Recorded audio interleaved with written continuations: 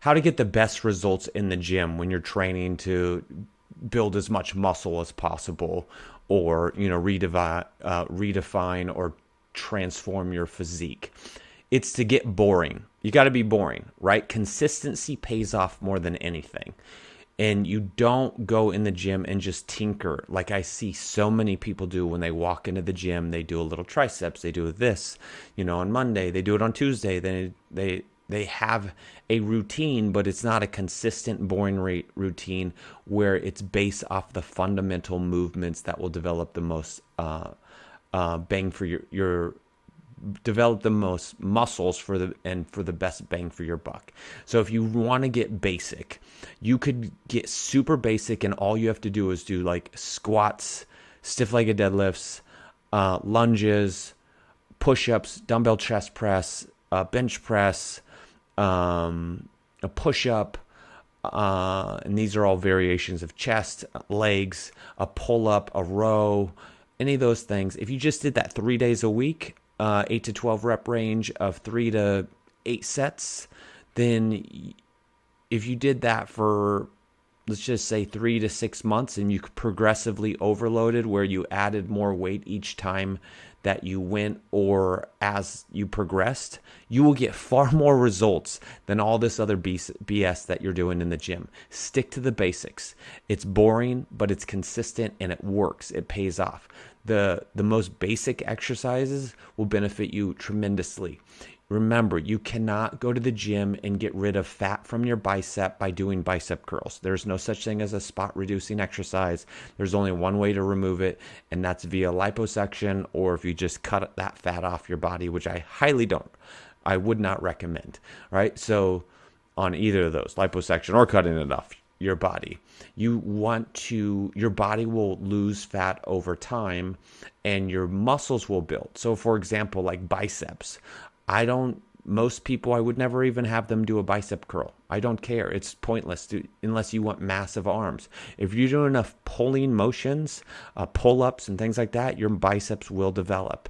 And you're going to get a much bigger bang for your buck and time spent in the gym when you do a pull-up versus a bicep curl. If you do 10 sets of bicep curls, well, you're on a plan for bodybuilders to get massive biceps. And remember, majority of those people are on PEDs, and that's why they're getting the physiques they're getting. You do not need all those auxiliary movements where you spend massive amounts of time in the gym. You can do it. I'm not saying you can't, but for most people, just stick with the basics. Be boring, be consistent. Now, can you change a squat to a lunge, to a leg press, there's tons of different variations of different exercises. So on Monday, if you do a 3 days a week program, on Monday, if you do a leg press, on Wednesday, if you do a squat, and on Friday, you change it to a deadlift, or whatever. Those are all basically the same muscle groups that you're working, and you're going to get similar benefits, and you're adding variety to that. But you're staying in the same rep range. You're staying in the same amount of sets. Obviously, you can progress the sets to increase volume over time. If you're wanting to go to the gym more frequently, like 5 days a week or 6 days a week, that's where you split your muscle groups up more in a body building split.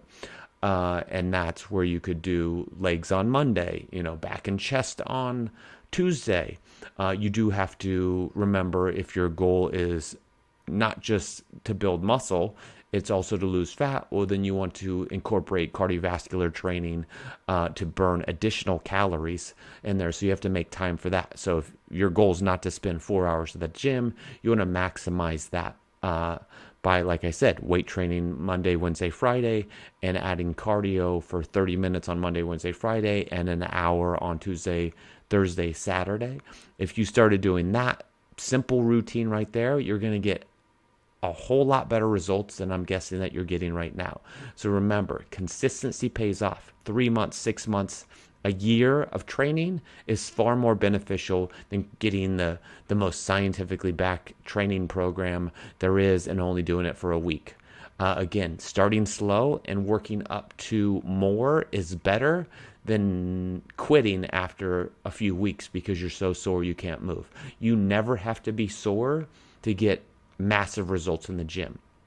If you're a little tight here and there, that's normal, but slowly progress. Start with 1 set of everything per week, then add to 2 sets if you're not sore, add 3 sets, add 4 sets, and eventually you're going to have to stop adding so many sets because, again, you don't want to spend your life in the gym, and you don't need to because you will have adequate amount of volume training that way, and you might enjoy the gym. Like, I like going to the gym. I like getting a workout. I like lifting weights.